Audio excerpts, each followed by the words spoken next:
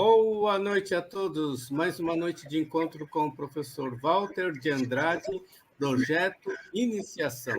Boa noite. É com você, Gilberto. Olá, boa noite. Estamos ao vivo aqui no sábado à noite, mas reta final, né? Estamos em dezembro, então estamos aqui para mais um projeto de iniciação. Boa noite, professor. Bem-vindo. Boa noite, meu irmão Gilberto Catira. Boa noite, meu irmão Carlos Nascimento. Boa noite a todos os irmãos que estão presentes aqui no nosso encontro, nosso programa do canal Conexão 3005, projeto Iniciação, que vai todo... ele é realizado todo sábado, né, a partir das 20h40, né, horas. Estamos aqui novamente para dar continuidade aos nossos estudos, né? Esse encontro é destinado a dar a base filosófica e iniciática para aqueles que pretendem seguir o caminho da iniciação.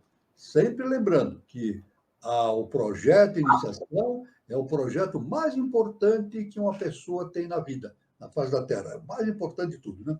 Então, a base nossa de estudos aqui é justamente os ensinamentos dados pela Helena Petrova Blavatsky, na Teosofia, e através dos ensinamentos do nosso querido mestre professor Henrique José de Souza, fundador da Sociedade Brasileira de Eubiose, né? O objetivo é a síntese do conhecimento a fim de propiciar. A fim de propiciar. Deu um problema técnico aqui, desculpe. Assim do conhecimento, a fim de propiciar aos pretendentes ao caminho da iniciação informações e valores importantes para essa finalidade, né? O encontro visa também propiciar ao participante que já esteja no caminho da iniciação a possibilidade de repensar tudo aquilo que foi aprendido e receber indicações para novas reflexões a respeito da sabedoria iniciática das idades. E uma outra finalidade do encontro também, basicamente, é propiciar para todos a reflexão a respeito do momento evolutivo que a humanidade está vivenciando nesse início do século XXI, início da Era de Aquários, justamente caminhando para a realização de uma nova civilização.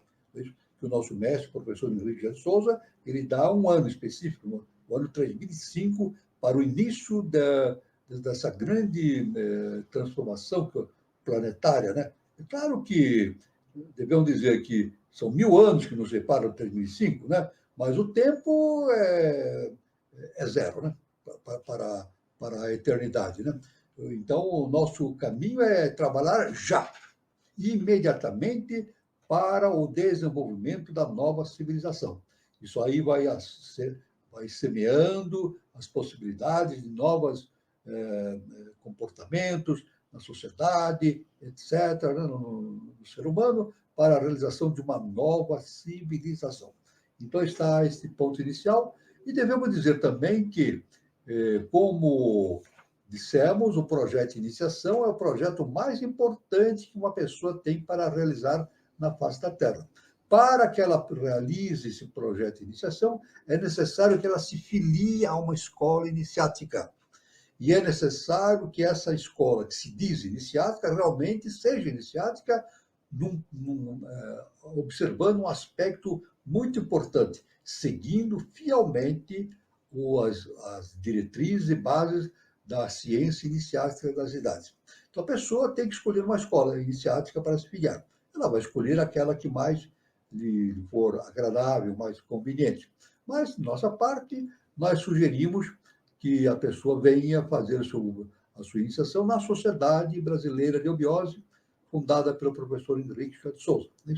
Então, como é que a pessoa pode fazer? Qual é o ponto inicial para esse contato? É simples. Entra num mecanismo de busca da internet, né? Busca e põe na busca Sociedade Brasileira de Eubiose, vai imediatamente aparecer lá no busca o site da Sociedade Brasileira de Eubiose. E no site a pessoa vai pesquisando o site, ela vai encontrar todos os departamentos que existem no Brasil e no exterior. Aí está. Lá, nessa informação, tem o nome do departamento, a cidade, o endereço, o telefone, tem o e-mail, tudo certinho. Então, a pessoa pode, então, entrar em contato com esse departamento pelo meio mais conveniente ali, expresso no site, né? E estabelecer o início dos seus estágios de desenvolvimento, preliminares, na Sociedade Brasileira de Eubiose, o que corresponde a um grau iniciático inicial chamado grau peregrino, é o primeiro grau. Aliás, já imediatamente no início do ano agora, em janeiro, a maioria dos departamentos já começa, esse grau já deve estar funcionando, e aí está o momento exato para a pessoa se filiar, né, fazer a sua adesão, né, e começar seu processo iniciático. Na verdade, é o primeiro grau iniciático, é o grau peregrino, depois são mais 4 graus subsequentes, totalizando 5 graus. No final dos 5 graus, a pessoa tem a possibilidade de tornar-se membro efetivo da Sociedade Brasileira de Eubiose. Tornando-se membro efetivo, ela tem a possibilidade fica livre, né?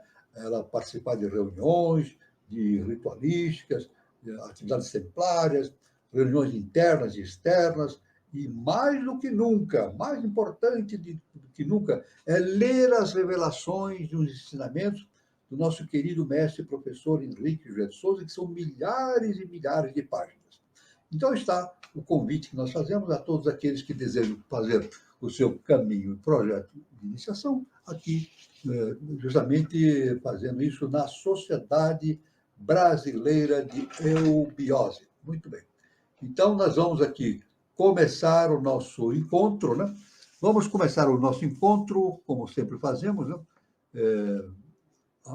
Estudando alguns aspectos importantes da ciência iniciática, né? Isso aí, seguindo a linha essa parte inicial, dos ensinamentos de Helena Petrovna Blavatsky, da Teosofia, e também dando embasamento nos ensinamentos do professor Henrique José de Souza. A gente vai fazendo esse cômputo, essa reunião desses dois grandes instrutores, né? e trazendo assuntos importantíssimos para o nosso estudo, né? Então, continuando aqui o que nós estávamos falando na aula anterior, no encontro anterior, tem aqui um ponto muito importante citado justamente por Blavatsky, né?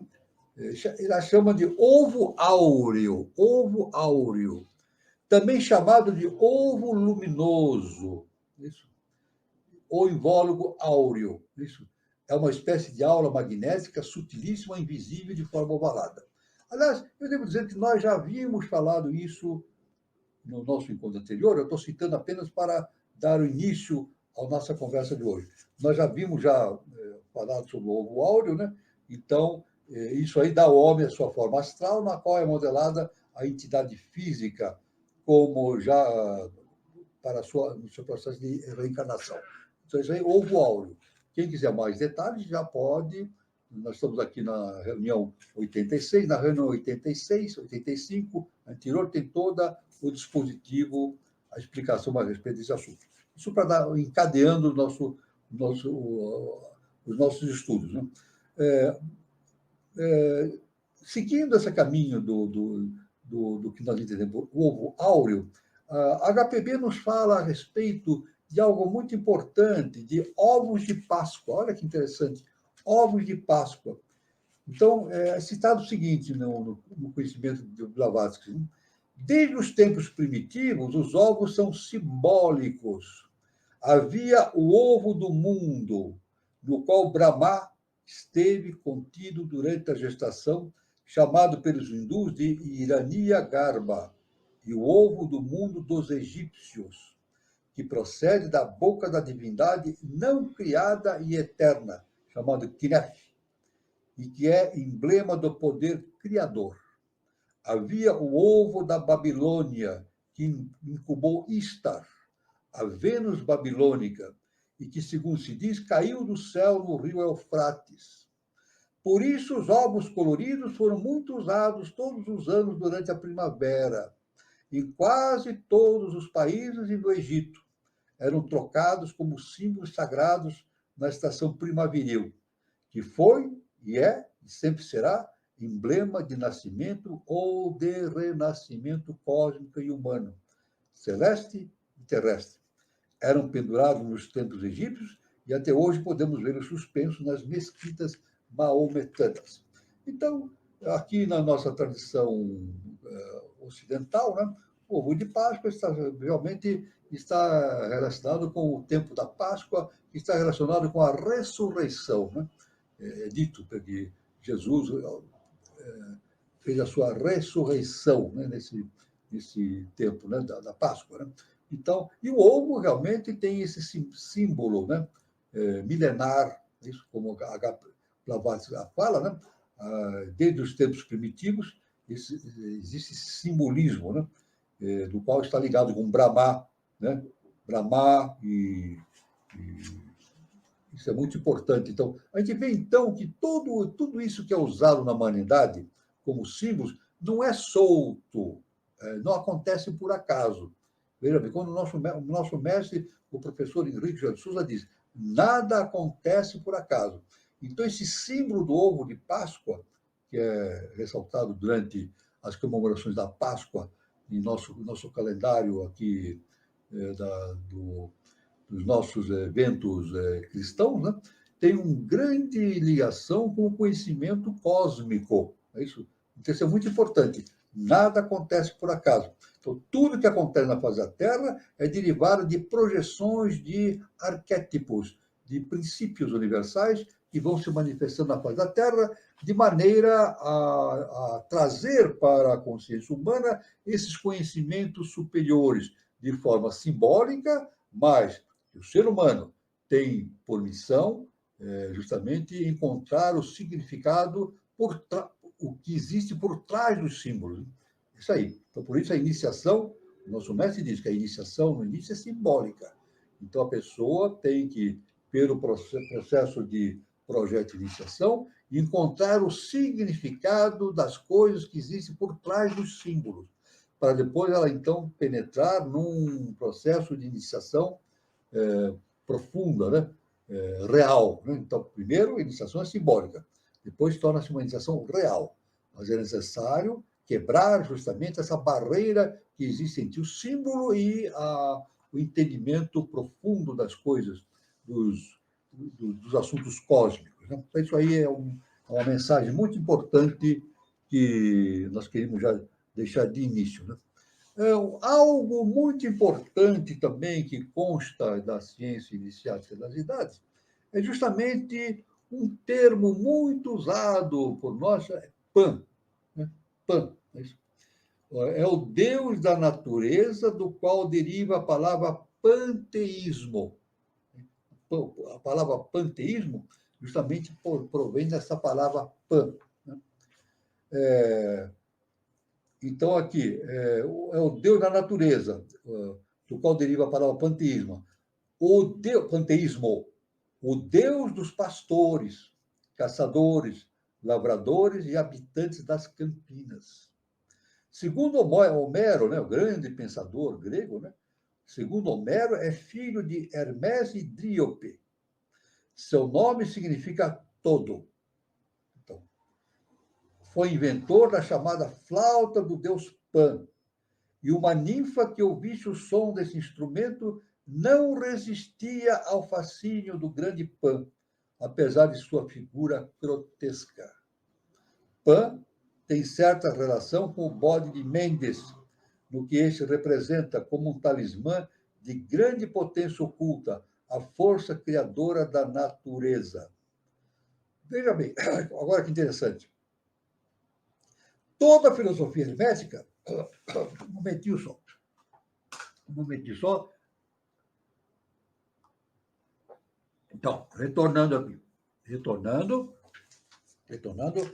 Toda a filosofia hermética baseia-se nos segredos ocultos da natureza E assim como Baphomet, era inegavelmente um talismã cabalístico.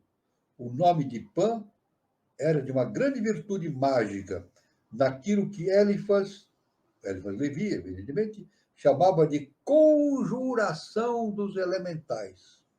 Há uma lenda piedosa, muito conhecida, que se tornou popular no mundo cristão desde o tempo de Tibério, o que significa que o grande Pan morreu.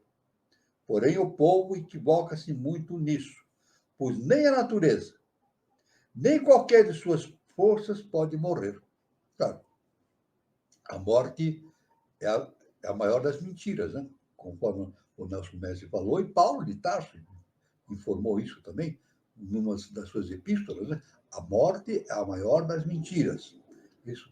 A grande qualidade universal é a vida. A vida existe em todos os pontos do universo. Então, na natureza, nenhuma das forças da natureza pode morrer. É eterna. A eternidade está aí na natureza. Né? Algumas podem ficar sem uso e esquecidas, podem ficar como que adormecidas durante longos séculos. Porém, assim que se apresentam as condições apropriadas para seu despertar, entram novamente em atividade, como uma potência 10 vezes maior do que anteriormente.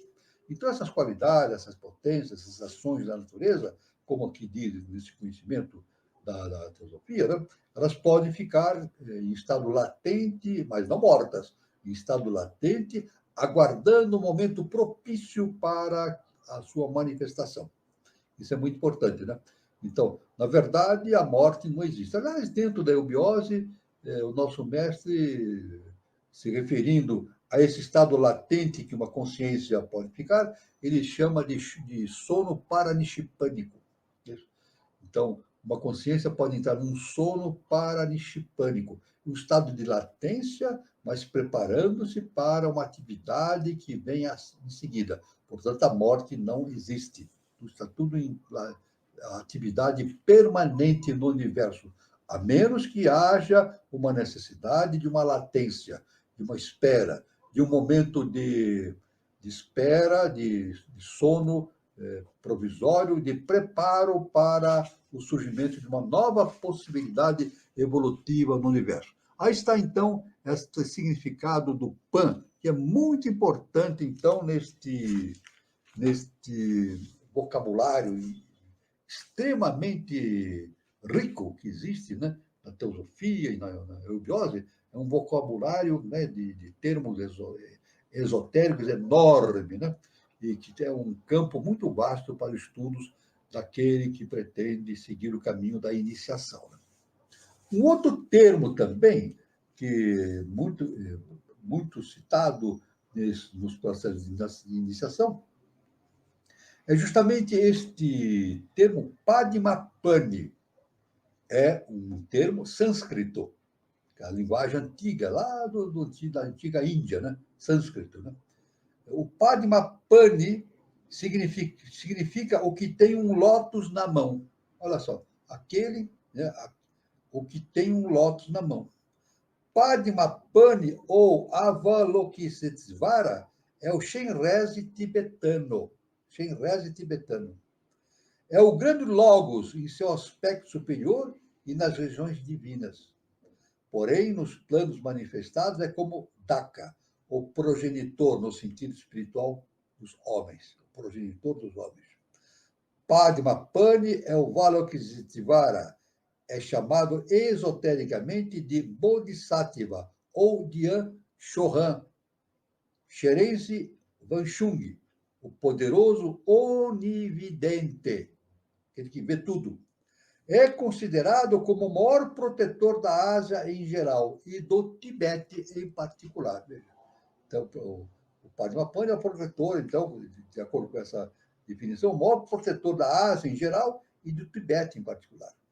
A fim de guiar os tibetanos, né, e os lamas no caminho da santidade e proteger os grandes arates no mundo, acredita-se que este divino ser manifesta-se de idade em idade, de forma humana. Aí está. Então, de idade em idade, esse ser se manifesta de forma humana. Aliás, como acontece sempre, né? As hierarquias, através de um processo tucuístico, através de projeções das suas consciências, vão se manifestando na Terra periodicamente, a fim de trazer os conhecimentos iniciáticos provindo lá de regiões superiores do universo. Né? Então, nada acontece por acaso. Tudo acontece através de projeções, de arquétipos, inclusive, citando aqui, a projeção do Padmapani. Né? Diz uma lenda popular que sempre que a fé começa a se extinguir no mundo, Padmapani Sherenzi emite um brilhante raio de luz e se encarna imediatamente em um dos grandes lamas, o Dalai e o Teshu. Então, veja bem, isso sempre acontece no processo evolutivo. Né? Quando há um processo de decaimento da fé em geral, do conhecimento, a consciência cósmica imediatamente vai providenciando a descida de conhecimentos importantes para que se reative, se dê uma reativação do processo iniciático do ser humano. Né? Assim, nós tivemos a presença dos grandes seres na face da Terra, né? Como Siddhartha Gautama, Jesus o Cristo e outros tantos. Né? Acredita-se finalmente que se encarnará como Buda mais perfeito no Tibete. Isso no tempo de HPB era dito isso. Né? Padmapani é a síntese de todas as raças precedentes e o progenitor de todas as raças humanas. Depois da terceira, a primeira completa. Então, Padmapani, então, é o predecessor, o iniciador de todas as raças humanas. Quando é que começa uma raça humana? Justamente em meados da raça lemuriana. É isso? Nós tivemos a primeira raça-mãe, a segunda raça-mãe, que não eram raças humanas. É isso? Depois tivemos a terceira raça-mãe, a raça lemuriana, que em meados da raça lemuriana houve justamente a descida dos anjos, conforme está na Bíblia. Né? Ou seja, Lúcifer e a sua hierarquia, né, as suas hostes, os componentes da sua hierarquia descem para justamente ativar a tríade superior daqueles seres que lá viviam na forma animal. Então, aí está. Então, essa é a noção que se dá da descida dessa consciência universal Padmapani. É representado com 4 braços, alusão às 4 raças-mãe, 2 dos quais estão dobrados. Na mão do terceiro tem um lótus, flor que simboliza a geração. E na do quarto segura uma serpente, emblema da sabedoria que está em seu poder. Então o lótus representando a geração das coisas, né? Do lótus, e justamente aqui, justamente uma serpente. O Padmapani, numa das mãos, segura uma serpente que é o emblema da sabedoria, sempre. No caminho iniciático, a gente sabe que a serpente simboliza a sabedoria. Né? No pescoço tem um rosário e sobre a cabeça algumas linhas onduladas, signo da águia, da água, matéria, dilúvio, enquanto que na fronte encontra-se o terceiro olho, o olho de Shiva, aquele olho da visão espiritual. Seu nome é protetor do Tibete, salvador da humanidade. Olha só que importante, né? Esotericamente, Padmapani significa sustentador dos kalpas, das eras, o último dos quais é chamado de Padma, e representa uma metade da vida de Brahma, a idade em que este surgiu do lótus. Então, aí está, então, é o sustentador das eras evolutivas da humanidade. Né? Porém, quem é, na realidade, Padmapani? Essa é a grande pergunta, então, que está nas referências que nós estamos seguindo. Né? Cada um de nós há de o reconhecer por si mesmo, quando estiver disposto a isso. Veja só que importante conhecimento. Né? É possível a gente conhecer já o Padmapani? Não. a não ser que haja o autoconhecimento desenvolvido na consciência do indivíduo. Então, é por isso que a ciência iniciática sempre nos diz que o conhecimento nos é dado através de símbolos, mas através do autoconhecimento, da nossa evolução interna, nós temos que desenvolver a capacidade do entendimento daquilo que existe por trás dos símbolos. Cada um de nós tem em seu interior uma joia do lótus. Cada um tem no interior essa flor do lótus, a joia do lótus. Quer se chame Padmapani, Krishna, Buda, Cristo ou qualquer outro nome dado ao nosso eu divino. Então, independe da linha em que o indivíduo está seguindo, o mestre. Porque todos esses mestres, né, que nós citamos, né, Padmapani, Krishna, Buda, Cristo ou qualquer ser divino, provém de uma fonte única universal, justamente as fontes hierárquicas, né, que dão origem a todo esse processo evolutivo, a possibilidade do processo evolutivo da humanidade. Padmapani é igualmente a um epíteto de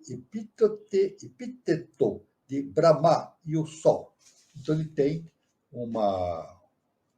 Padmapani tem uma similaridade com aquilo que na antiguidade chamava-se de o Sol, não é isso? A divindade. Veja só que importante, então, esse termo, né, dentro do conhecimento iniciático. É claro que nós temos que, evidentemente, ir meditando a respeito desses termos, vendo o significado, vendo a simbologia e entendendo o que está por trás desse símbolo. Um outro ponto importante aqui em seguida, como nós falamos aqui do processo evolutivo proveniente de um Pai universal, o Pai celestial, né? Então tem aqui esta definição justamente de pai e mãe. Pai e mãe são os princípios masculino e feminino, respectivamente, na natureza radical ou original.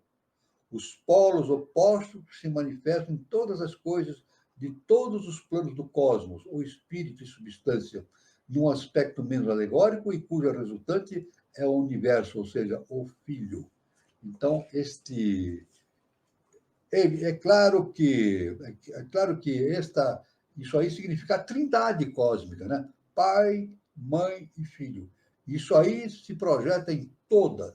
Essa trindade se manifesta em todas as civilizações, em o conhecimento esotérico através dos tempos, está sempre presente essa questão da trindade, né? E essa trindade é tão importante que ela se manifesta na família humana. É por isso, não é à toa, né? Não é por acaso que uma família é constituída por um pai, uma mãe e os filhos. Não é verdade? Isso acontece justamente por uma decorrência cósmica, né? Isso não acontece por acaso, né? É uma decorrência cósmica. Então, a nossa família, que nós conhecemos aqui no mundo, no seio da humanidade, é decorrente de um projeto arquetipal cósmico. Não é por acaso. Nada acontece por acaso, né? Em linguagem esotérica, Brahma é o pai, mãe ou espírito, alma e corpo de uma só vez, sendo cada personagem símbolo de um atributo, e cada atributo ou qualidade uma emanação gradual do alento divino em sua diferenciação cíclica, involucionária e evolucionária. Em seu sentido cósmico físico é o universo, a cadeia planetária e a Terra. Em seu sentido espiritual é a divindade desconhecida, o espírito planetário, e o homem, filho dos dois, o produto do espírito e matéria. Por pai, mãe, entende-se também o fogo e a água, o raio divino e o caos, as águas primordiais do espaço, o espaço e as trevas e assim por diante. Então é muito importante, então, esse conhecimento esotérico pela teosofia, esse entendimento da questão da trilogia, né? Da trindade, pai, mãe e filho, que se manifestam em toda a natureza, isso na forma trina, como dissemos, né? Na história de todos os povos e principalmente na manifestação da família humana, né? Constituída por um pai, a mãe e o filho. É isso? e no nosso entendimento esotérico superior, né, corresponde justamente ao primeiro trono, Brahma, segundo trono, Vishnu, e o terceiro trono, Shiva. Brahma, Vishnu, Shiva. Pai, mãe e filho. E nesse processo, nós estamos, então, inseridos nesse processo evolutivo. Estamos vivenciando no terceiro trono, realizando essa tarefa de desenvolver a nossa consciência interna, o nosso autoconhecimento, a fim de entender a divindade que em nós existe. Por isso, sempre dizendo o que Jesus nos falava, né? Nos falou, né? Justamente que nós conheceremos a Deus, né? Conhecereis a verdade e a verdade vos libertará. Assim Jesus nos falou, né? Conhecereis a verdade e a verdade vos libertará. Então, conhecer a verdade é conhecer a nós mesmos. Como no frontão de um templo da Apolo em Delfos, na antiguidade, estava escrito lá, estava escrito no frontão. Né? Hoje não existe mais o frontão, entrou em ruínas. Né? Mas, homem, conhece a ti mesmo e conhecerás os deuses e o universo. Então, como é que nós conhecemos os deuses do universo? Conhecendo a nós mesmos. Não há outro caminho. Vamos dizer, não há outro caminho. O caminho da verdade. O caminho do conhecimento da verdade é o caminho do autoconhecimento. Significa projeto e iniciação. Pronto, simplificando. É o projeto de iniciação, o projeto do autoconhecimento. Muito bem? Então, pai e mãe. Então, nós vamos aqui, seguindo na nossa peregrinação a respeito desses conhecimentos, né? E por aquilo que a HPB Blavatsky nos deixou, né? nas suas definições, existe aqui algo muito importante sobre a palavra, né? Como diz uma Christian, uma estudiosa muito grande, citada por HPB, acertadamente, de acordo com os ensinamentos esotéricos, pronunciar uma palavra é evocar um pensamento e torná-lo presente. A potência magnética da linguagem humana é o princípio de toda manifestação no mundo oculto. Então, a palavra. As coisas para cada um de nós são aquilo que delas faz a palavra ao nomear. As palavras de um homem são benéficas ou maléficas, segundo as influências ocultas de seus elementos, isto é, das letras que as compõem e dos números correlativos às mesmas. Então, a palavra é muito importante, então. Por isso que nós devemos tomar cuidado justamente com o que nós falamos, porque o que nós falamos é a emanação direta daquilo que nós pensamos. Né? Então, a palavra tem um poder criador. Né? A palavra tem um poder criador. Tanto que, na Bíblia, né, a palavra é o som. Né? Na Bíblia, né, no Antigo Testamento, lá, primeiro, em Gênesis, né, Moisés escreveu assim, e Deus disse, faça-se a luz. Então, ele disse, ele emitiu um som, o dom justamente a força da palavra, do som, e faça-se a luz, e a luz se fez. Então, isso é muito importante, então, esse conhecimento. Né? Então, na sequência da abordagem desses conhecimentos, Blavatsky nos fala a respeito da palavra perdida. Dever-se-ia dizer palavras perdidas e segredos perdidos em geral, porque aquilo que se chamou de palavra perdida não é palavra de maneira alguma, como no caso do nome inefável. O grau do arco real da maçonaria está à procura dela desde que foi fundada. Porém, os mortos, principalmente os assassinados, não falam. E também quando o filho da viúva retornar à vida materializada, dificilmente poderá revelar aquilo que jamais existiu na forma com que hoje é ensinado. O Shemen Haforashi, o nome separado através de cujo poder Yoshua Ben Pandira, que era o nome do Jesus encarnado, né?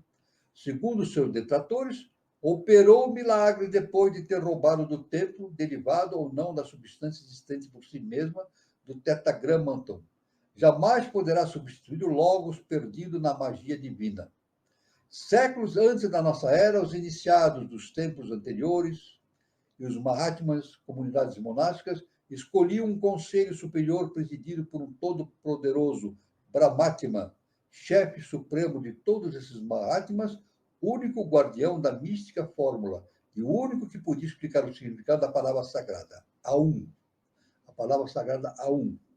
E o de todos os ritos e símbolos religiosos. Porém, existia, e existe ainda hoje, uma palavra que supera em muito monossílabo misterioso e que se torna quase igual a Brahma, aquele que possui a sua chave. Os Brahmatmas são os últimos que possuem essa chave.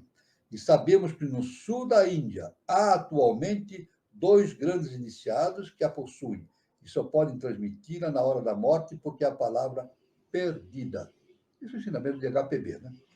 Nenhum tormento, nenhum poder humano poderia obrigar a um Brahmane que a conhecesse a revelar um segredo que está tão bem guardado no Tibete. Isso aí se conforme a doutrina secreta, com muita razão dizia um vidente chamado Swedenborg, um filósofo famoso, procura a palavra perdida entre os elefantes da Tartária. Então a gente vê o poder da palavra, né? O poder da palavra, que é muito importante, então, em todo esse conhecimento esotérico, o poder do som, o Criador. Então, através da palavra, é possível, então, criar. É possível, então, ter o toque da magia, né? A magia se baseia muito também no poder da palavra, né? No poder da palavra, né? Então, tanto que Jesus, quando fazia os seus ditos milagres, que não eram milagres, ele acertava, ele fazia a finalização do ajuste kármico do indivíduo, ele falava, né? Levanta-te e anda, né? Ele dava ordem, né? Acorda, vem, e assim, vem e siga-me. É sempre um imperativo da palavra, dando a orientação para aqueles que ou poderiam seguir, justamente de tudo aquilo que eles deveriam fazer para seguir o caminho da iniciação. Então, esse é o poder da palavra, então, conforme a HPB, que dá uma importância muito grande essa questão toda, né? De entendimento. Né? Agora, vamos ver agora, entrar num assunto muito interessante que relacionado justamente com a ciência iniciática das idades, que é justamente o termo Pandora. Olha, Pandora. Em seguida aqui, conforme essa sequência da HPB nos ensinando a respeito desses termos muito importantes. Pandora, que vem do grego, né? Mulher formosa, foi criada pelos deuses sob as ordens de Zeus, Júpiter, para ser enviada a Epimeteu, irmão de Prometeu. Ela possuía uma caixa onde estavam encerrados todos os males, todas as paixões e todas as pragas que afligem a linhagem humana. Pandora, cheia de curiosidade, né? Ou seja, o Epimeteu abriu a funesta caixinha, deixando em liberdade todos os males que assomam a liberdade. Então, essa é a história justamente a respeito de Prometeu e Epimeteu. Né? Prometeu, na simbologia, no conhecimento grego, foi um ser de hierarquia que trouxe de Deus o conhecimento divino para nós. Então, esse conhecimento iniciado da antiguidade, essa mitologia, nos diz que Prometeu roubou o fogo divino e trouxe para a face da terra. É verdade? É claro que nós podemos entender esse roubar o fogo divino de uma maneira simbólica. Isso é uma maneira simbólica de falar. Ele não roubou, ele foi veículo. Ele foi veículo desse conhecimento superior e trouxe para a face da terra, justamente o trabalho de Prometeu. E ele tinha um irmão Epimeteu. Na verdade, o Prometeu ele está relacionado com a nossa tríade superior. E Epimeteu está relacionado com o nosso quaternário. Vamos deixar bem claro isso? Epimeteu relaciona com o nosso quaternário, a nossa parte humana, animal. E o Prometeu está relacionado com a nossa tríade superior, com a nossa espiritualidade. Então, diz essa história grega da antiguidade que Zeus, que era o senhor dos deuses, ficou muito bravo. Isso aí, veja bem, tudo imagem simbólica, né? Ele ficou muito bravo com Prometeu por ter trazido esse conhecimento do céu. Isso aí é uma abordagem simbólica. E mandou a Pandora, uma mulher muito bonita, muito linda, né, com uma caixinha. E essa caixinha tinha encerrado todos os males e todas as paixões e todas as pragas que afligem a humanidade. O Prometeu, ligado à nossa tríade superior, ele não abriu a caixinha. Ele sabia que dentro daquela caixinha estavam coisas muito ruins. Mas o Epimeteu, que é o irmão, que é justamente a parte do quaternário, que corresponde à nossa personalidade, né? O Epimeteu, muito curioso, abriu a caixinha. A caixinha, chamada a caixa de Pandora. E justamente naquele momento que o Epimeteu abriu a caixa, saiu daquela caixa todos os males, todas as paixões e todas as pragas que afligem a humanidade. O Epimeteu ficou apavorado, e fechou, tentou fechar a caixinha o mais rápido possível. Não conseguiu, ele não conseguiu evitar que aquelas pragas saíssem da caixinha e se espalhassem pela humanidade, né? É claro que aí essa história antiga dos gregos diz que Epimeteu conseguiu guardar na caixinha para a humanidade uma virtude que estava ali misturado, a esperança.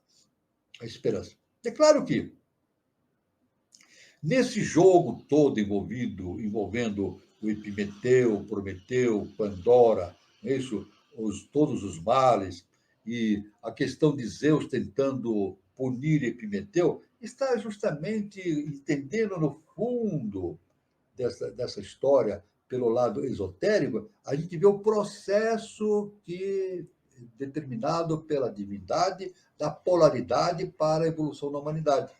Não é verdade? Então, esse é o jogo polar.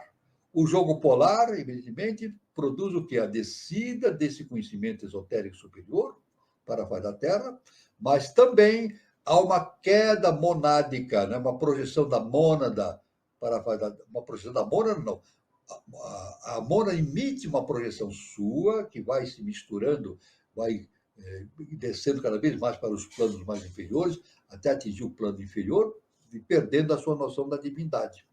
E, evidentemente, para que a mônada volte novamente ao plano superior, essa projeção volte à casa do Pai, é necessário que ela receba a instrumentação necessária, o ensinamento necessário. Então, foi esse justamente a questão da existência desta história grega antiga, do Prometeu, que trouxe toda aquela possibilidade de conhecimento para que a projeção da mônada presa ali no seu invólucro material pudesse evoluir. É claro que dentro desse jogo da polaridade existe a existência de todos os males, as paixões, as pragas, né? Que é justamente, quer dizer, não é algo que existe como Deus projetando isso dentro de nós. Isso é fruto da nossa própria descida, da descida da projeção monádica para o mundo inferior. E, justamente, o envolvimento dessa projeção monádica no mundo material. Isso, então, envolve no mundo material e nós estamos aqui, envolvidos no plano humano, da personalidade, submetidos a todas essas injunções, a todas essas limitações, que nós chamamos de sofrimentos, mas que derivam todos da nossa própria ignorância, da nossa própria falta de sabedoria, não é verdade? Então, por isso que, quando a gente vê uma história dessa contada, seja vindo da Índia, da Grécia ou do Egito, nós devemos procurar entender o que existe por trás do símbolo. Novamente, é entender o que existe por trás do símbolo. E nesse ato de Pandora, diante da ação de Prometeu e Epimeteu, existe todo um significado justamente da polaridade existente no universo. No momento que, através do projeto de iniciação, o indivíduo consegue superar as suas limitações humanas e ele faz e produz dentro de si o entendimento da polaridade, ele passa a entender tudo, como o nosso mestre, o professor Henrique de Souza, nos ensinou, né? Quem entende a polaridade, entende tudo. Então, esse mito de Prometeu, que envolve Pandora, Epimeteu, etc., tem que ser entendido através da iniciação. E, através da iniciação, nós vamos ver a ação da polaridade. A ação polar existente, produzindo a evolução. A polaridade produz a evolução. É isso? Nós temos uma dificuldade muito grande de entender o que é bem e mal. Isso já falamos, né? A humanidade tem uma dificuldade muito grande em entender o que é bem e mal. Na verdade, na polaridade, considerando aqui essa mitologia do Prometeu e de Pandora, não é o jogo do bem e do mal, justamente o jogo do necessário. Não é verdade? Essa mitologia conta o que aconteceu de necessário para que o processo evolutivo do ser humano aconteça e acontecesse e aconteça nos momentos atuais, né? Através desse jogo polar. Então, não é bem nem mal, é o necessário. Então, nós temos que vencer essas limitações, entender o jogo da polaridade, a fim de nos tornarmos cada vez mais próximos do estado de adeptado, ou seja, de uma consciência super-humana. Quando atingimos o estado de adeptado, nós nos tornamos super-humanos e entendemos perfeitamente o jogo da polaridade, que é um dos 4 princípios herméticos, né? Um dos 4 princípios herméticos é o princípio da polaridade. O 4º princípio hermético é o princípio da polaridade. Veja só que importante. Então, a gente tem que entender perfeitamente tudo isso para nos iniciarmos e atingir esse conhecimento fantástico da nossa essência divina, da consciência superior. Muito bem. Um outro conhecimento importantíssimo aqui na sequência, dado por Helena Blavatsky, né, através dos seus ensinamentos, existe uma outra palavra chamada pantáclo. Pantáclo. Vem do grego. O pantáclo é o mesmo que pentalfa. Pentalfa é aquela estrela com 5 pontas. Perfeito? Pentalfa, aquela estrela de 5 pontas, que é o símbolo da casa de Davi. É isso? A gente sabe que é o símbolo da casa de Davi, uma estrela de 5 pontas. É isso? Então, é pantáclo, mas vamos nos referir aqui como pentalfa, né? É o triplo triângulo de Pitágoras, ou a estrela de 5 pontas. Veja só. Este nome foi lhe dado porque reproduz a letra alfa em seus 5 lados, ou em 5 posições diversas. Contudo, seu número é composto do primeiro número ímpar, 3, e do primeiro número par, 2. É muito oculto esse entendimento pentalfa. Em ocultismo e na Kabbalah, representa o homem ou microcosmos, o homem celeste, e como tal, era um poderoso talismã para manter à distância os maus espíritos ou elementais. Veja que importante. Na teologia cristã, relaciona-se com as 5 chagas de Cristo. Porém, seus intérpretes deixaram de acrescentar que estas 5 chagas simbolizavam o microcosmo ou o pequeno universo, ou seja, a humanidade, designando tal símbolo a queda do espírito puro Cristo na matéria. Na filosofia esotérica, o pentalfa ou estrela de 5 pontas é o símbolo do ego ou humana superior. Os maçons utilizam-no no conceito de 5 pontas, relacionando-o com a sua interpretação fantástica. Então, a gente vê aí que este conhecimento que nós vamos ver, do pentalfa, significa justamente aquilo que há de superior na humanidade, né? Quando o indivíduo desenvolve a sua espiritualidade, ele está desenvolvendo o pentalfa, né? Supera a sua personalidade. E quando quando o indivíduo torna-se um adepto, Então, ele desenvolve simbolicamente também, dentro de si, justamente o hexagrama, que é justamente o símbolo de Salomão. É isso? O hexagrama. E significa justamente o adepto. O adepto ele tem como símbolo o pentalva, o hexagrama. O hexagrama é o símbolo do adepto. E o pentalva é justamente o símbolo do ser humano no seu aspecto espiritual, na verdade. Isso é muito importante, esse conhecimento todo. Né? Veja bem que tudo isso se relaciona. Né?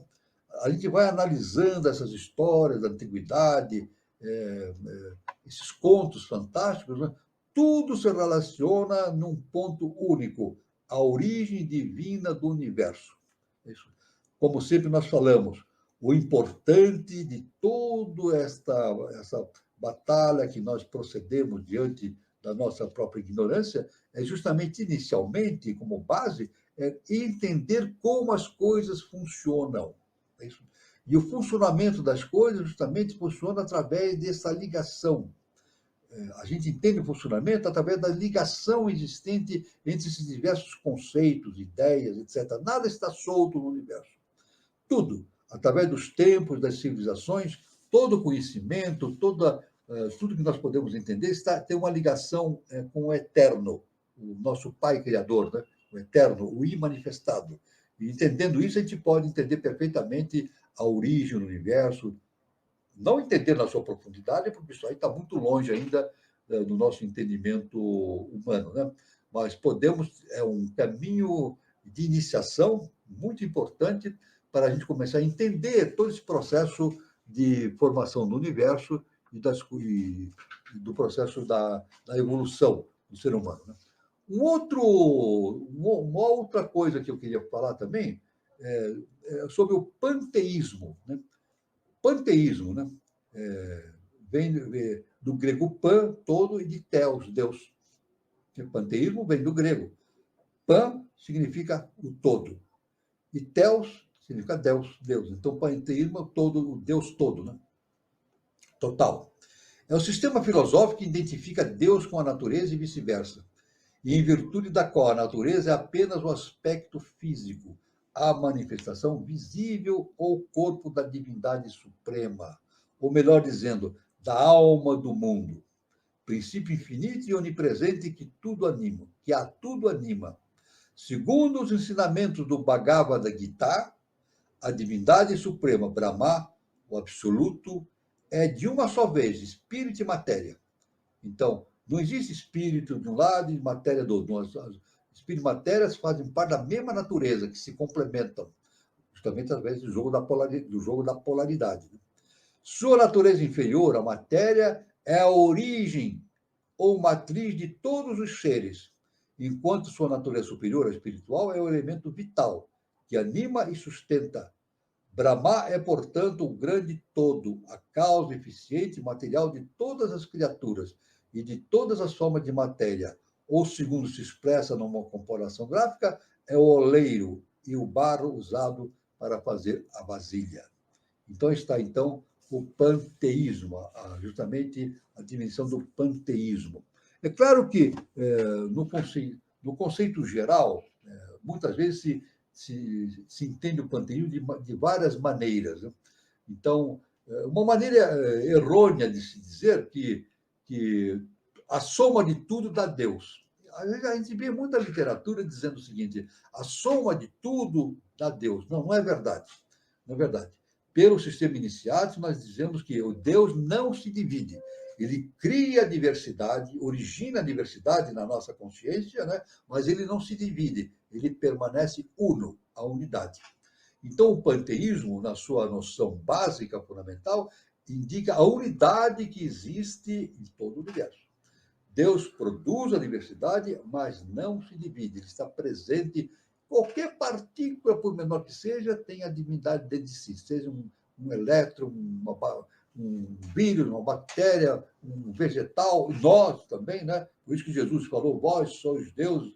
Então está uma noção bastante sintética deste termo panteísmo, mas indicando os devidos cuidados que nós devemos ter para o entendimento deste desse termo, né? Tudo bem?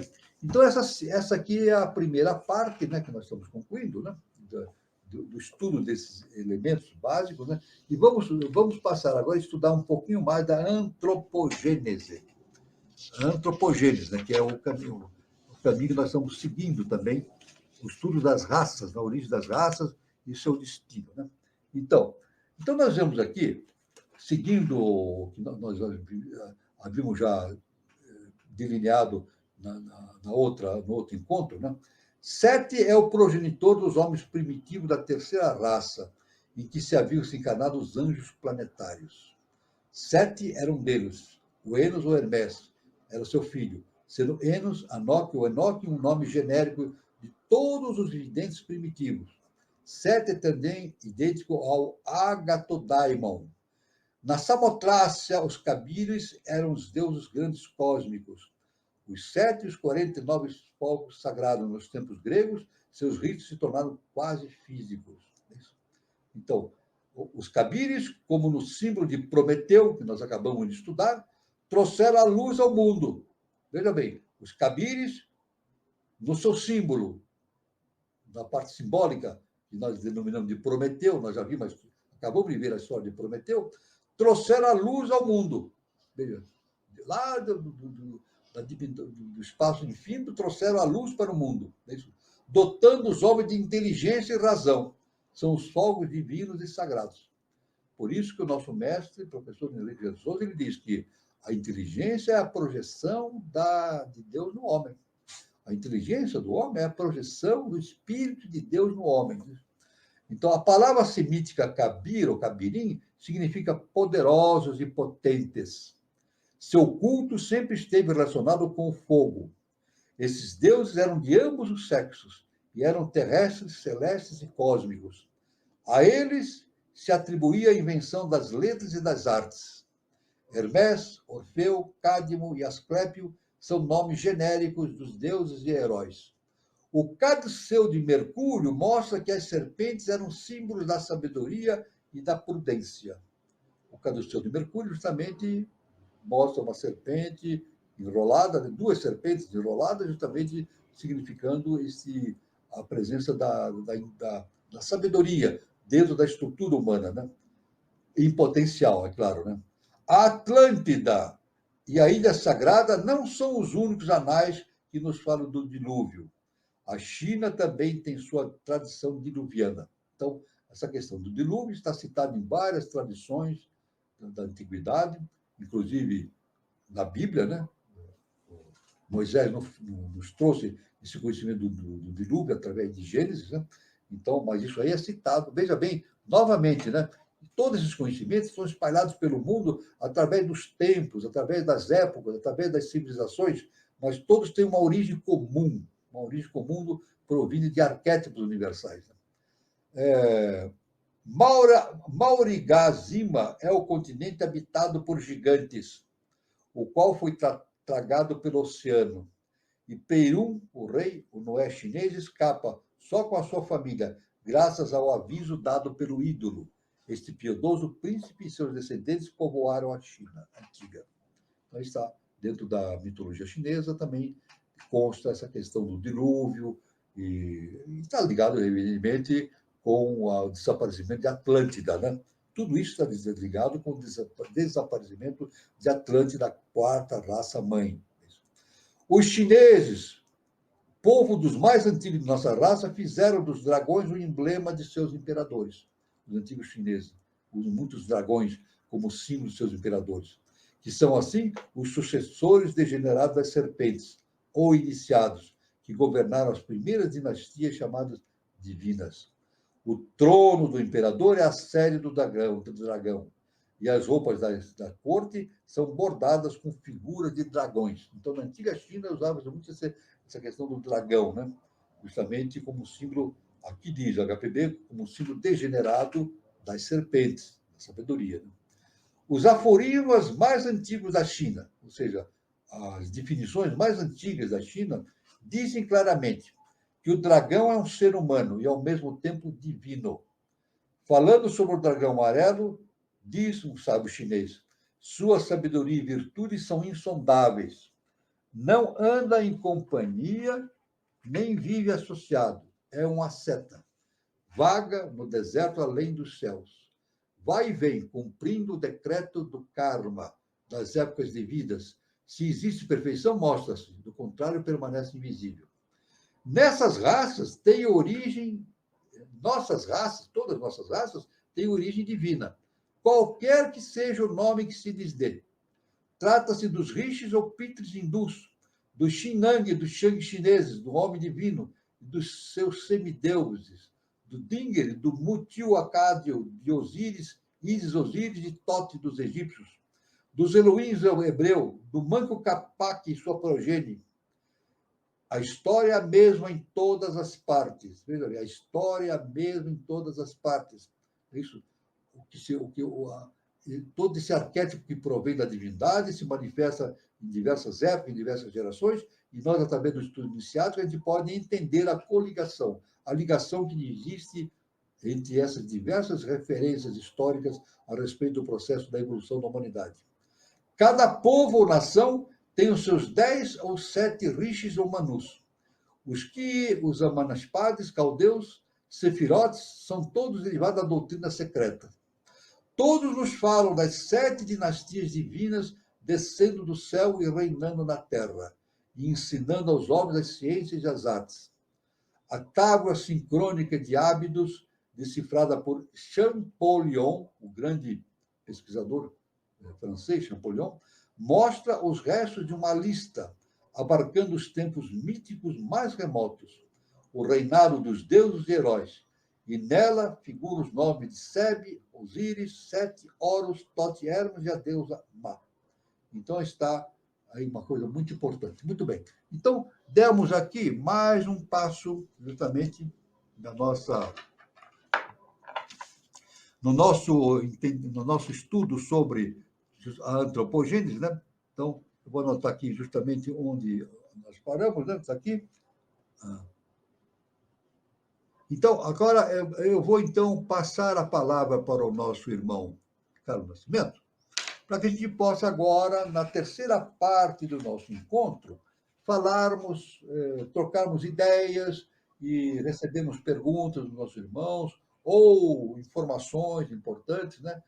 Um colóquio entre nós amoroso entre nós, iniciático, superior, para caminhar pela essa terceira fase do nosso encontro. Muito bem, professor. O senhor fez uma abordagem muito interessante. A gente que estuda realmente os mitos, né, não só dos gregos, mas como, de uma forma geral, da Índia, né, do Egito e dos maias, astecas e tudo mais, a gente vê que tudo se relaciona, né, professor? E o senhor trazendo essa questão também do dilúvio lá da China, né? A China é uma cultura milenar, tudo realmente se conecta, né? E tudo se complementa. Você tem alguma abordagem, Gilberto, para fazer? Alguma questão, alguma pergunta? Não, Carlos.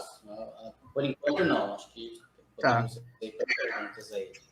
Tem 3 perguntas aqui, professor. Deixa eu só lembrar uma coisa. Eu vou lembrar sempre uma coisa, que na nossa abordagem a respeito do surgimento da quinta raça ariana, nós dissemos que justamente um ser que o Moisés chama de Noé, né?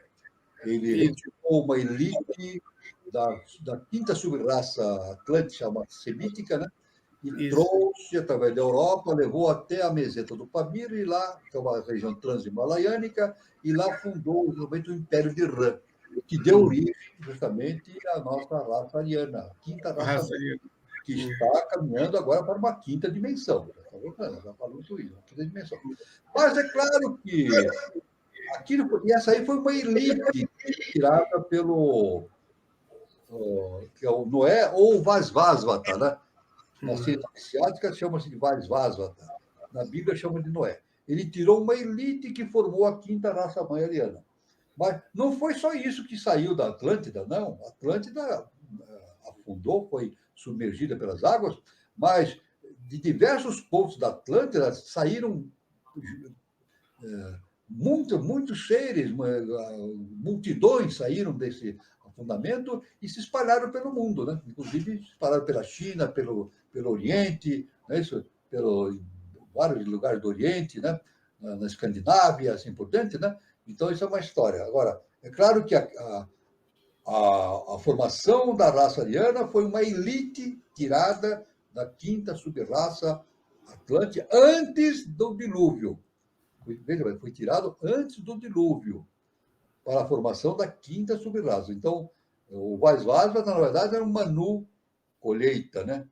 Ele foi um Manu colheita, ele colheu aqueles seres e trouxe para justamente plantar isso no Oriente, na Índia, né? Uma região himalaiânica, surgindo a raça ariana. Mas é claro que da Atlântida, muitos agrupamentos fugiram da Atlântida, né? E deram origem a outros povos, né? Inclusive os nossos tupis.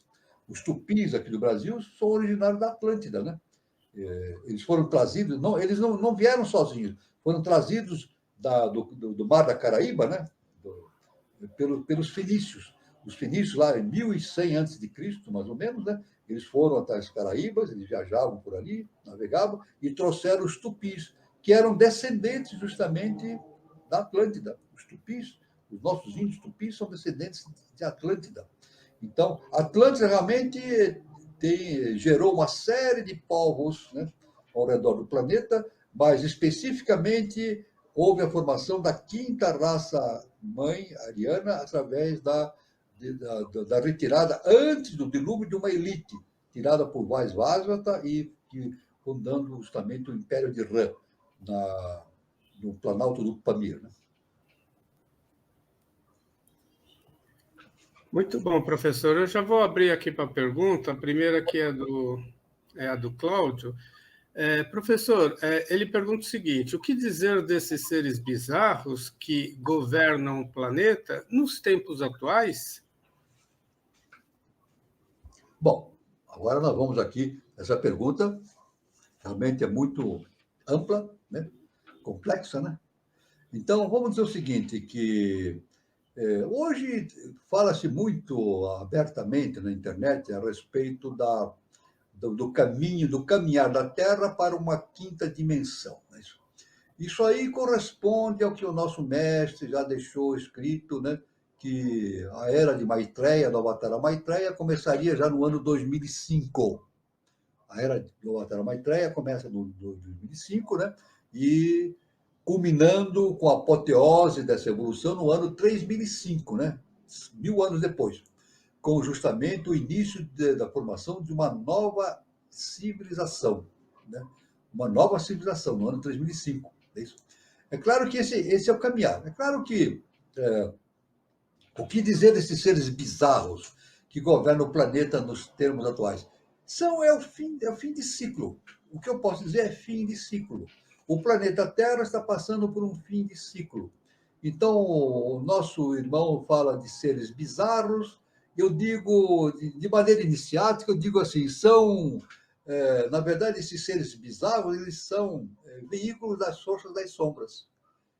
Em vez de falar seres bizarros, eu digo, são veículos das forças das sombras. Isso o planeta está cheio hoje. Veículo das forças das sombras. Porque as forças das sombras, elas não estão contentes com esse caminhar da Terra para uma quinta dimensão. Então, estão fazendo tudo para desvirtuar esse projeto, né?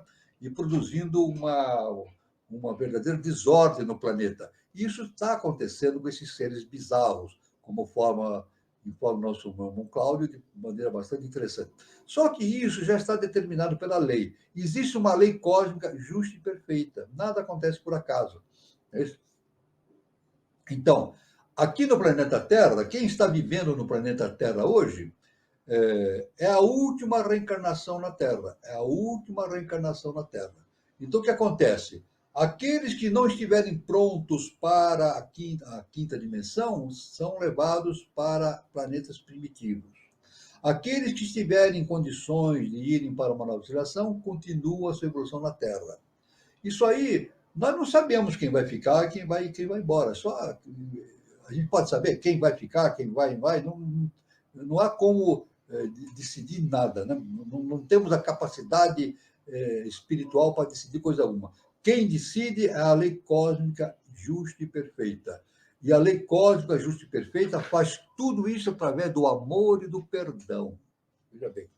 Então, quem for para outros planetas primitivos vai sobre a égide, sob a orientação do amor e do perdão universal para fazerem a sua recuperação evolutiva em outros planetas primitivos. E quem ficar no planeta Terra vai continuar seu processo de evolução para justamente colaborar com a realização de uma nova civilização.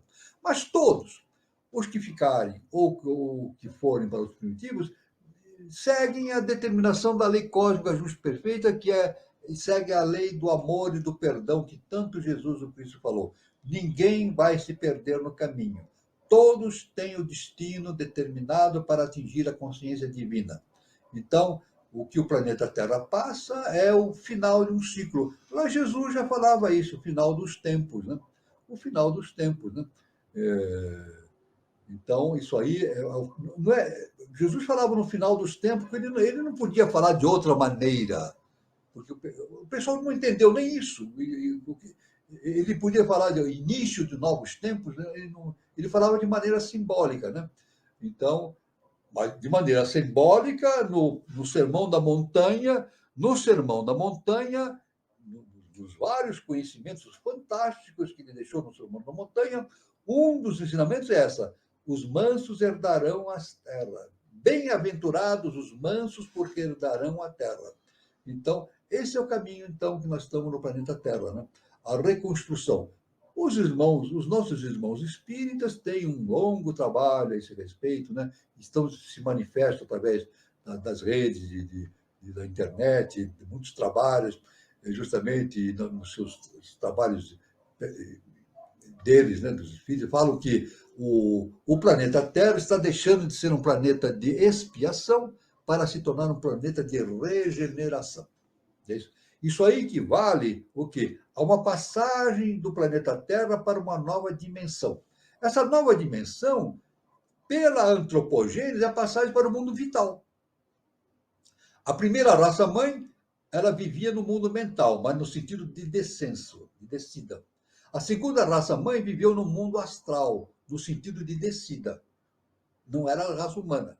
Depois, a terceira raça-mãe lemuriana, ela vivia inicialmente no mundo vital. Não era um mundo denso. Mas depois, com a ativação da tríade, a raça sofreu um processo de agregação maior com o mundo material, físico, denso, né? Terceira e partindo para a quarta dimensão. E a raça Atlante, realmente, já com o quaternário desenvolvido e a potencialidade da tríade, formou justamente o que nós chamamos da quarta dimensão. Por isso que é a quarta raça-mãe.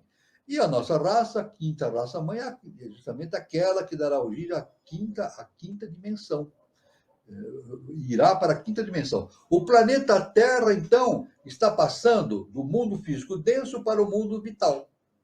O futuro da Terra, daqueles que habitarem a Terra, não, o futuro da Terra não, o futuro daquelas consciências que habitarem a Terra, né, no seu processo evolutivo, ligado ao processo evolutivo humano, viverá esse processo evolutivo no mundo vital. Depois, mais tarde, viverá esse processo evolutivo no mundo astral. Depois no mundo mental. Então, isso aí, né, dentro da biose, a Blavatsky ensina isso perfeitamente bem, né? Justamente a sucessão das raças-mãe, justamente a descida dos planos mais sutis para os planos mais densos, depois a subida de retorno para os planos mais sutis. A volta, o que Jesus falava, a volta à casa do Pai. Então, respondendo ao nosso irmão Cláudio, é um ciclo, é um momento de transição da Terra, mas isso tem um fim, isso tem uma data marcada para essa transição e já está acontecendo. Essa transição já está acontecendo no planeta Terra e é inevitável, porque é uma transição determinada pela lei cósmica justa e perfeita. Muito bom, professora. Ele também tem uma outra questão. Ele fala: Antes da palavra vem o pensar. A palavra pensada e não dita também produz efeito, professor? Também, claro, a palavra é original do pensamento. Antes de a gente ter a palavra, nós temos o pensamento. A palavra é o pensamento dito formalmente, né? Mas a palavra tem uma força muito grande, né? Dentro da magia, a palavra tem uma força muito som. Quando eu falo palavra, eu falo do som, né? O som tem um potencial enorme, inclusive dentro da magia. Mas isso tudo se origina do processo do pensamento, né? Eu não vou falar uma coisa sem ter pensado aquilo antes, né? Agora, é claro que, mesmo não dizendo algo, uma pessoa pode influir no seu meio ambiente através dos seus pensamentos, de maneira positiva ou de maneira negativa. Não é verdade? Então, uma pessoa, por exemplo, ela pode. Vamos aqui dar um exemplo. Ela pode odiar uma pessoa de forma objetiva, emitindo palavras grotescas, ou então ela pode odiar uma pessoa através do pensamento, né? Então, é claro que isso aí gera um karma para ela, né? Todo pensamento negativo volta para nós. Todo ser humano, quando pensa algo negativo, aquilo vai, ele pensa que emite aquilo, mas aquilo volta para si mesmo, fazendo um retorno, criando um karma para ele muito atuante no seu processo evolutivo, né? Então, por isso que quando alguém odeia alguém, ele está odiando a si mesmo. Quando um ser humano odeia o seu semelhante, na verdade, ele está odiando a si mesmo, porque o seu semelhante é ele mesmo, é seu irmão em unidade, nós somos todos um. Então, antes da palavra, venham pensar. A palavra pensada e não dita também produz efeito? Claro, a palavra, todo pensamento, mesmo que não seja dito a palavra, tem esse efeito, sim. Produz efeito, porque o pensamento ele é emitido, são vibrações. O pensamento é um processo vibratório, né? Nós estamos cercados de pensamentos, né? Ações vibratórias. Tudo no universo é vibração. Na verdade, tudo no universo é vibração, né? Então, esses pensamentos são vibrações, que podem ser vibrações elevadas ou grotescas, né? Mas isso tudo esses pensamentos podem produzir efeitos negativos ou positivos. De quem emite, numa pessoa que esteja propensa a receber essa negatividade, mas quem emite o pensamento negativo vai receber de volta também os efeitos da ação do karma. Complementando um pouco essa pergunta, ele vem na questão dos sentimentos, professor. O que sentimos e não expressamos pode também causar algum efeito no processo evolutivo? Veja bem, sentir, como nós falamos sentir, é justamente vibração. Isso. Os nossos sentimentos são processos vibracionais, tudo é vibração. Isso. Quando eu sinto algo, eu estou vibrando num determinado plano evolutivo. Então, infelizmente, a maioria da humanidade, a maioria grande, são 8 bilhões, não sei quantos milhões de habitantes, né? A maioria da humanidade tem uma vibração ainda baixa, né? Isso é uma realidade, eu não estou mentindo, estou apenas transmitindo aquilo que está dentro da ciência iniciada das idades, né? A maioria da humanidade ainda está num plano vibracional baixo, né? Não condizente, veja, não condizente com uma nova civilização. É isso? Então, nosso irmão diz, o que sentimos e não expressamos pode causar algum efeito no processo evolutivo? Sim, no nosso processo evolutivo. Principalmente no nosso processo evolutivo. O que nós sentimos, mas mesmo não expressando em palavras, vai interferir no nosso processo evolutivo. O que interfere no nosso processo evolutivo é a nossa vibração, o estado vibratório, né? O estado vibratório, né? É estado vibratório. Então, quando nós dizemos assim, projeto iniciação, o projeto de iniciação é justamente agir sobre o processo vibratório nosso. É tornar o nosso processo vibratório elevado. Sair do quaternário e passar para a tríade superior. E depois transposto à tríade superior, passar para o estado de adeptado. Então, o pensamento realmente ele causa profundas alterações em nós, não é isso? Seja pelo lado construtivo, seja pelo lado não destrutivo, pelo lado de coordenação evolutiva através do processo kármico. Então, é isso que eu posso dizer para o nosso irmão Cláudio Sérgio da Silva. Muito bom, professor. Agora eu tenho aqui uma pergunta da Gil Tomé. A volta à casa do pai, porém com consciência, né, professor? Exatamente, a volta à casa do pai. Nós somos, o que nós somos? São projeções da mônada. A mônada nasce no Sol central. Ela nasce no Sol central e vai morar em Brahma, no primeiro trono. Ela não sai de lá. As mônadas emitem projeções suas em direção dos planos mais densos. E nós somos essas projeções. Cada um de nós é projeção dessa projeção monádica, não é isso? Muitos chamam de fractais, né? Muito bem. É claro que, para voltar à casa do pai, é necessário a ampliação do estado de consciência. O que é esse estado de consciência? É conhecer a si mesmo. Não é isso? O que significa um indivíduo entrar num estado de consciência superior? É entender a si mesmo, é o autoconhecimento. Então, claro, Jesus, conhecereis a verdade e a verdade vos libertará. É simples. É tão simples, mas não entendemos. Jesus falou, conhecereis a verdade e a verdade vos libertará. Conhecer a verdade é conhecer a divindade que existe dentro de nós. E à medida que nós conhecemos a divindade, nós nos elevamos vibratoriamente e nos dirigimos à casa do Pai. É isso? Então, essa é a direção evolutiva indicada pelos grandes mestres, inclusive pelo nosso querido, nosso augusto mestre Jesus, o Cristo. Muito bom, professor. Tem duas perguntas aqui. Não é pergunta, é colocação. A Eliana Pontes coloca: segundo Hector de Ville, pensamentos são coisas. Bom, veja bem, o que são coisas? Aí a gente precisa dizer o que é uma coisa. Uma coisa é algo que existe, né? Uma coisa é algo que existe, né? Então, é uma existência, né? Agora, o que existe, na verdade, são vibrações. Por exemplo, Ela complementa, viu, professor? Olha, pois não. Pensamentos geram elementais que se alimentam de energia vital de seu criador através do baço. Quanto mais denso, mais vitalidade consomem. Exatamente. Só que, veja bem, eu quero dizer o seguinte: o pensamento ele não gera elementais. Vamos definir? Ele gera elementares. Vamos definir isso?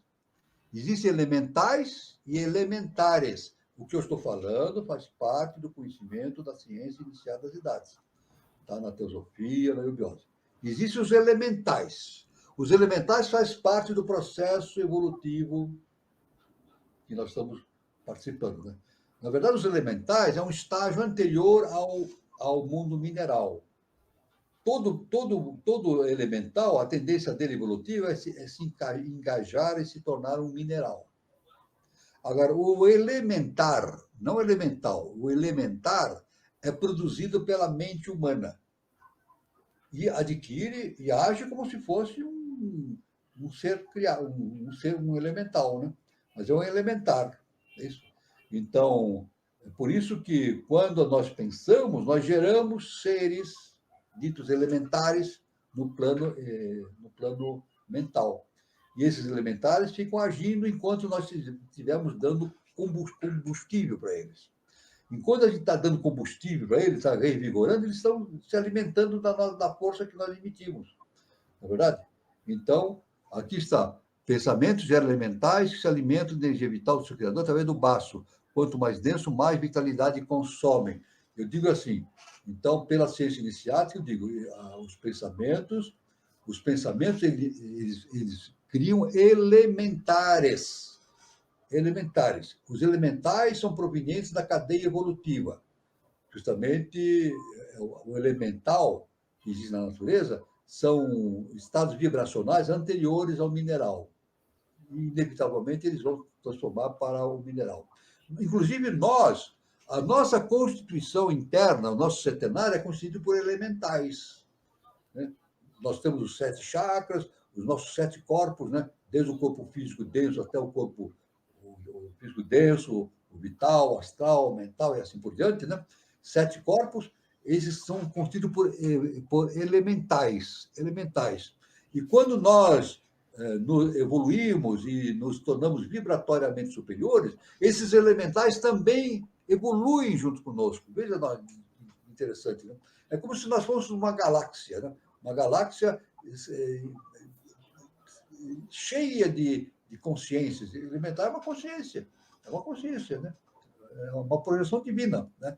Então, quando nós evoluímos, esses elementais recebem a influência da nossa evolução e evoluem junto com a gente, né? Então, nós também ajudamos no processo evolutivo dos elementais. Agora, elementar é um produto da mente humana. Nesse sentido, ele cria esse elementar que começa a se participar no mundo mental, e quem emite aquele pensamento vai alimentando aquele elementar nos seus propósitos destrutivos. Então, isso não é importante, não é interessante para o ser humano fazer isso. Então, através do caminho da iniciação, é por isso que a gente deve ter cuidado com o que nós pensamos. É muito importante. Devemos ter cuidado não somente com aquilo que nós fazemos, mas também com aquilo que nós pensamos. O nosso pensamento é fundamental. Na verdade, ter pensamentos superiores. Ter um pensamento superior é vibrar numa situação vibratória superior, espiritual. É isso que é o nosso caminho, né? Através do autoconhecimento.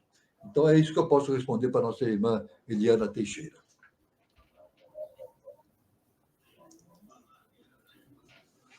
Da natureza são elementais ou elementares? Da natureza são elementais. Elementais, veja bem. Elementais são aqueles seres, são estados vibratórios que fazem parte do processo evolutivo existente na natureza. Eles agem na natureza. Por exemplo, tudo que acontece na natureza são produzidos por elementais. Elementares são criados pela nossa mente. Mas eles existem enquanto nós dermos alimentos para ele. Então, nossa mente tem o poder criador dos elementares. E esses elementares têm ação no mundo mental. Mas eles existem enquanto nós dermos alimento para a existência desses elementares. Então, é muito difícil de entender isso, né? Mas essa é a explicação dada pela ciência iniciada das cidades. Então, a pessoa deve tomar cuidado nos seus pensamentos, porque se ela pensar coisas não adequadas, ela pode gerar elementares. É uma criação mental dela. Mas esses elementares existirão enquanto aquela pessoa que tiver um pensamento negativo estiver dando alimento para a manutenção desses elementares, né? Isso é importante, né? A Eliana Pontes coloca: os nossos elementais estão encadeados em nós, os elementos 3 que criamos também ficam ligados a nós, mas se nos deixarmos de pensar, eles morrem? Veja bem, existem os elementais da natureza, ciência iniciada das idades. Existem os elementais da natureza e os elementais encadeados que estão dentro de nós. Os elementais são chamados elementais encadeados. Eles fazem parte da nossa estrutura física e hiperfísica. São os elementais encadeados, chamados. Então, esses elementais encadeados em nós, eles recebem o benefício, se nós estivermos agindo com retidão, recebem o benefício da evolução. Então, nós estamos possibilitando a esses elementais no seu processo evolutivo. Veja só, o nosso autoconhecimento, o nosso processo de projeto de iniciação produz um benefício também para os elementais encadeados que estão dentro de nós. Veja só que importante. A nossa evolução não é somente para nós. Nós auxiliamos também, damos a nossa colaboração para esses elementais encadeados que estão dentro de nós. Mas existem os elementais soltos na natureza, aí são elementais, não são encadeados. É uma distinção que se faz na ciência iniciática a essa questão. Né? Aí a nossa irmã fala, os elementos, 3 que criamos também ficam ligados a nós, mas se nós deixamos de pensar, eles morrem. É claro que os elementais não vão morrer, né? Eles apenas estão dentro de nós encadeados, vão receber a influência evolutiva nossa ou não, né? É claro que se nós evoluímos, a nossa vibração evolui, esses elementais recebem essa influência nossa para produzir a sua evolução. Isso gera, na verdade, de maneira bastante, gera, como o povo diz, gera um karma positivo para nós.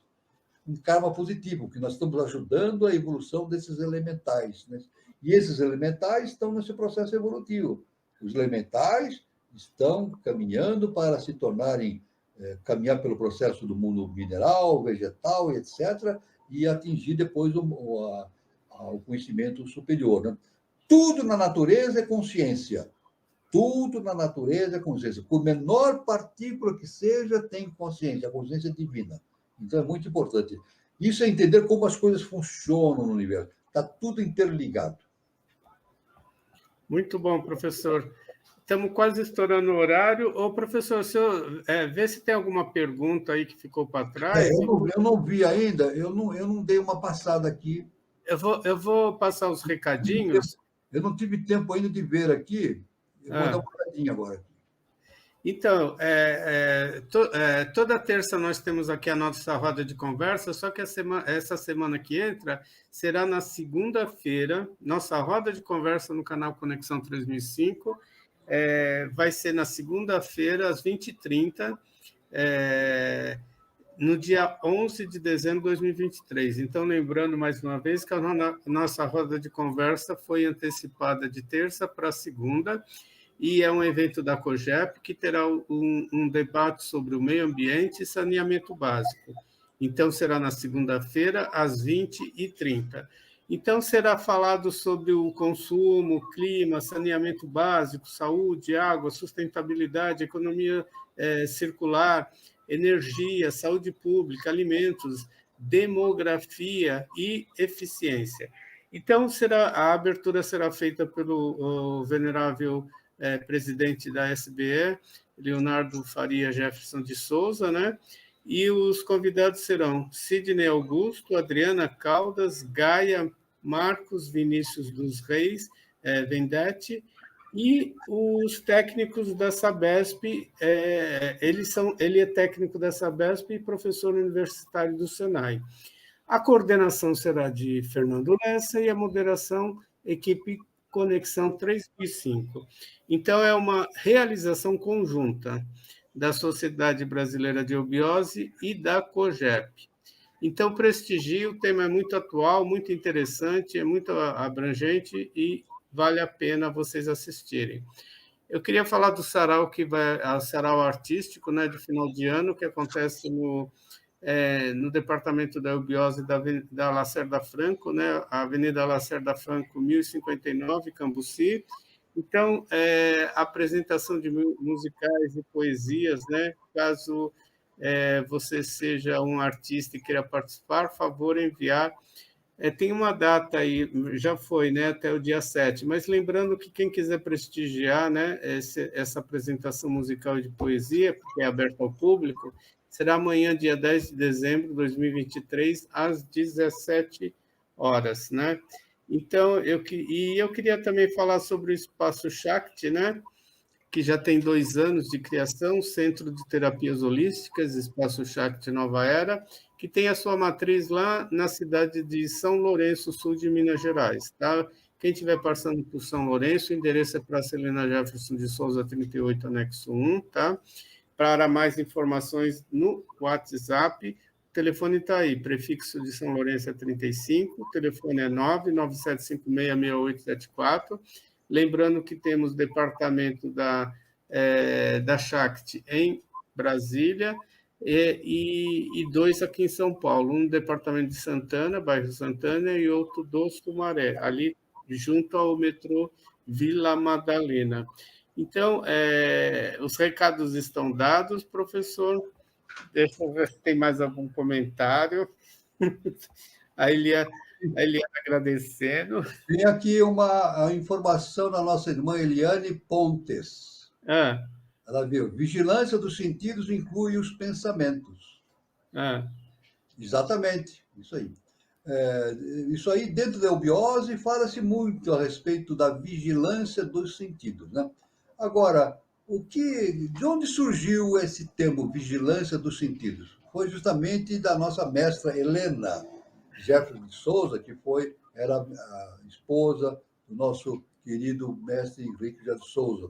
Então, num dos seus ensinamentos, das suas colaborações para o nosso desenvolvimento espiritual, ela nos ensinou que era necessária a vigilância dos sentidos. É isso.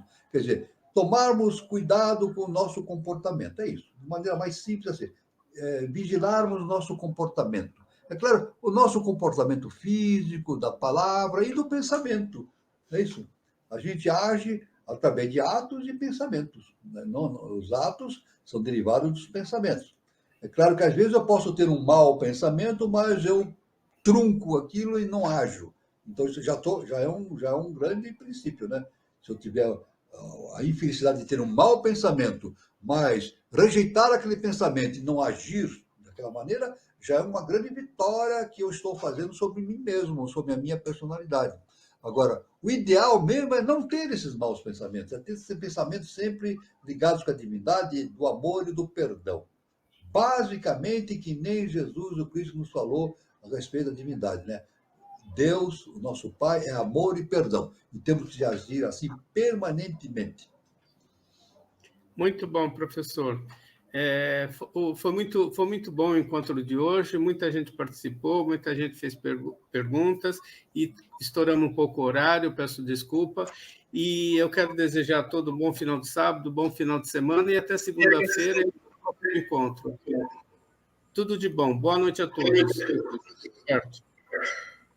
Isso aí, boa noite a todos. Bom final de sábado para todo mundo, bom final de semana, domingo. Eu queria só deixar já que o assunto é sobre elementais e elementares, né? Rendeu bastante. Eu queria deixar aqui uma dica de um livro, que é esse livro aqui, ó, Nossas Forças Mentais.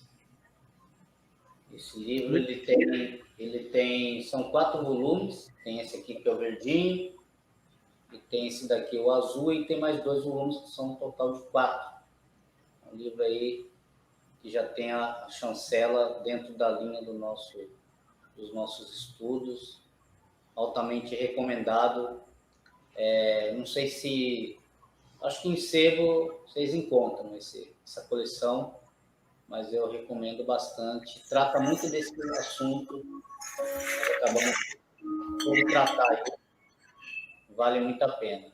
Então, fica aí a dica, de novo, ó, Nossas Forças Mentais. Então, fica aí uma dica de leitura para quem interessar. E é isso. A gente se vê aí na segunda-feira, que foi antecipada a nossa roda de conversa. Boa noite, professor. Boa noite, meu irmão Catira. Boa noite, meu irmão Carlos Nascimento. Boa noite a todos os irmãos que estiveram presentes aqui. Foi uma honra, uma felicidade muito grande. E até segunda-feira, né, Carlos? Até segunda-feira. Até segunda-feira e depois até sábado que vem. Então, luz, paz e amor para todos e fiquem todos com Deus.